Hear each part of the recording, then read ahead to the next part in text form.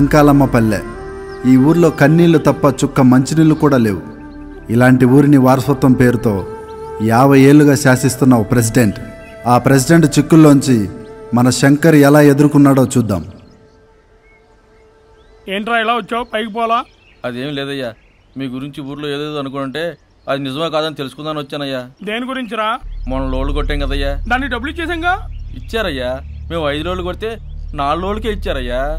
రేయ్, నా బుక్లో తప్పున్నా మా ప్రెసిడెంట్ అయ్యగారు బుక్లో కరెక్ట్గా ఉండిద్ది. చూడరా, ఇచ్చుడు. ఇదేమన్నావయ్యా? తల్లిదండ్రులు వదిలేసి పెళ్ళం పెట్టలు వదిలేసి అడవి పోయి కాయ కష్టం చేసి చేతులు కాయలు కాసేలా చేస్తే ఇట్లా మాకు చేసేది మీరు. ఇట్లయితే పరం చేస్తాం.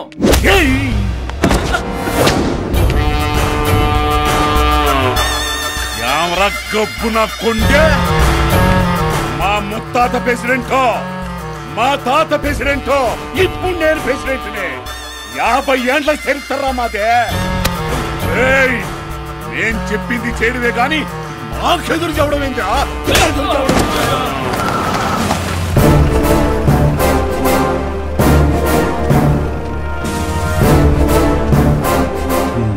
ఏమైందిరా?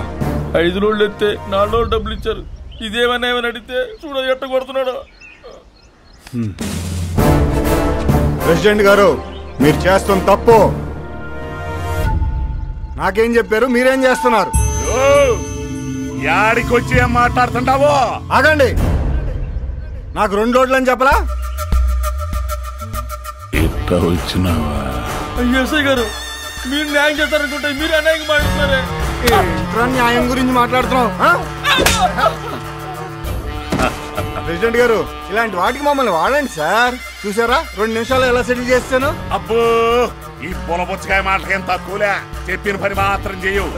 ఆ బాలెంకటయ్య సంగతి చూడమని చెప్పి 3 దినాలైంది. ఏం వరకు పెట్టినా ఆడు ముంగిసలా తప్పించుకుంటున్నాడు, కానీ దొరకడంలే. నువ్వు కథలు చెబుతుండవు. కథలు ఆ పని మీద వచ్చాను సార్.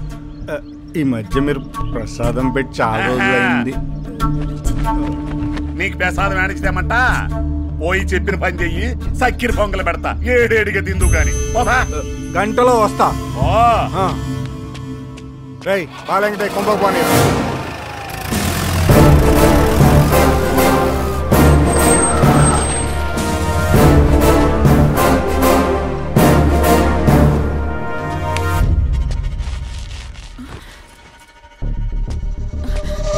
ఏందయ్యా ఇట్టొచ్చినారేందయ్యా? బాలెంకటయ్య ఎక్కడా? జ్వరం వచ్చినదయ్యా, ఇప్పుడే అరుగు తాగి పడుకున్నాడు. అరుగు తాగి పడుకున్నాడా, సరుకు తాగి పడుకున్నాడా? అయ్యా, బళ్ళన్నీ పక్కన పెట్టి నువ్వు మంచం ఎక్కితే సరుకెలా పోద్దురా? జ్వరం వచ్చింది, పులకరం వచ్చింది, గత్తరొచ్చిందని నువ్వు ఇక్కడ మంచం మీద పడుకుంటే మా జేబులు ఎలా నిండుతాయిరా? అయ్యా